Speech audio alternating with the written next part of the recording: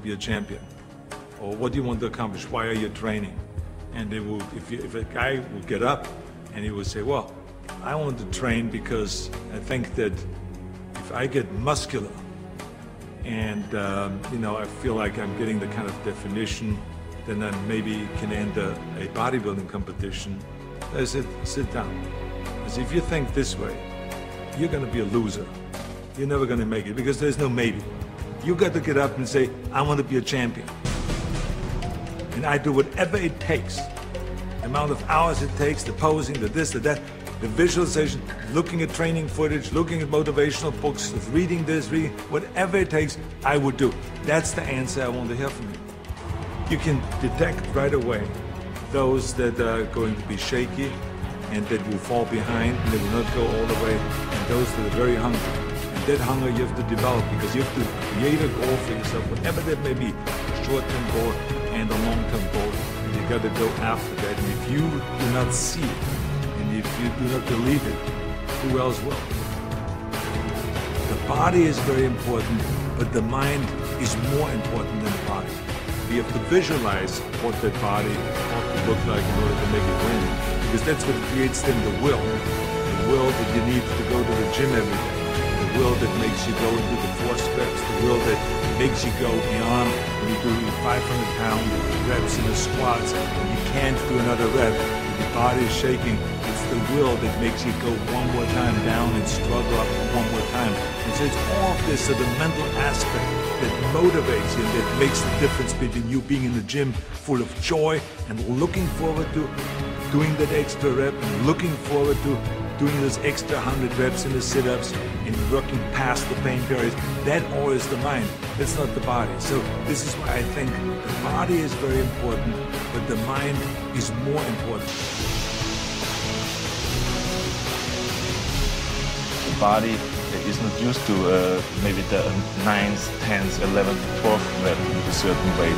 So that makes the body grow then, going through this pain barrier, experiencing pain in your muscles and aching and just then go on and go on and go on. And this last 2 or 3 or 4 repetitions, that's what makes actually the muscle then grow. And that divides then one from a champion and one from not being a champion. If you can go through this pain barrier, you make it to be a champion. If you can't go through, forget it.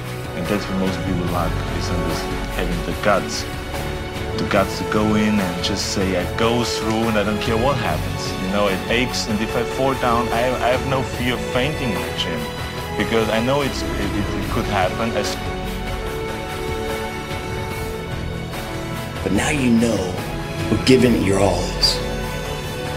And you will not succeed in business or any endeavor in life until that fight you just went through is applied to the same endeavor. It's too fucking hard of a world out there. And Billy, if you're trying to lose weight for the girls on the beach like you just said, buddy, you don't have enough fight. You're gonna drown right there.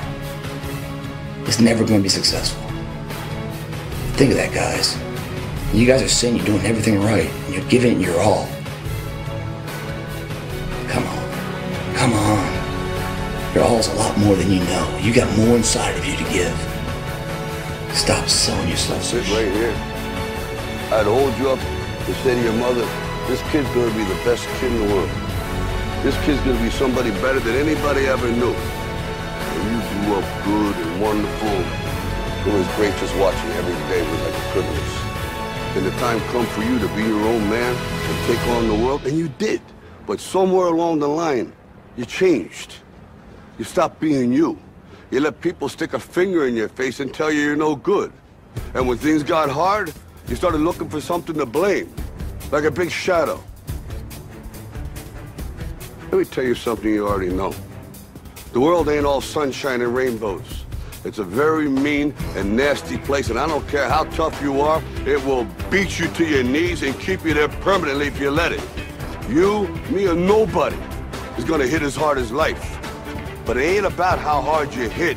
It's about how hard you can get hit and keep moving forward. How much you can take and keep moving forward. That's how winning is done.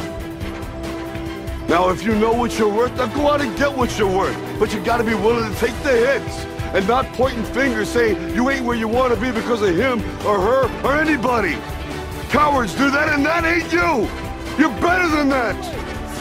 So today, although we're slaves, we're going to act like we're free, and one day our children will be free. If the slaves would have just said, we quit, we give up, we would have died in the Middle Passage.